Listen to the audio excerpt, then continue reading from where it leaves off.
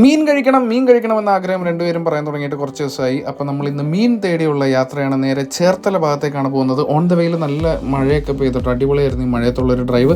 നമ്മൾ നേരെ ഡ്രൈവ് ചെയ്തെത്തിയിരിക്കുന്നത് ചേർത്തലയിലുള്ള മധുച്ചേട്ടൻ്റെ കടയിലേക്കാണ്. ഇത് മീൻ കഴിക്കാൻ വരുന്ന രണ്ടുപേരെ നിങ്ങൾക്ക് കാണാം. അവിടെ എത്തിയപ്പോഴത്തേക്കും തിരക്കെല്ലാം ആയി വരുന്നേ ഉള്ളൂ. നമുക്ക് എന്തായാലും ഒരു ഇരിപ്പിടം കിട്ടിയപ്പോഴത്തേക്കും ആദ്യം തന്നെ മനോഹരമായി ചെമ്മീൻ കൊണ്ടുവന്ന് ഫ്രണ്ടിലേക്ക് വെച്ചത് കണ്ടപ്പോൾ തന്നെ ഞാൻ കുറച്ച് ചോറങ്ങോട്ട് വിളമ്പി.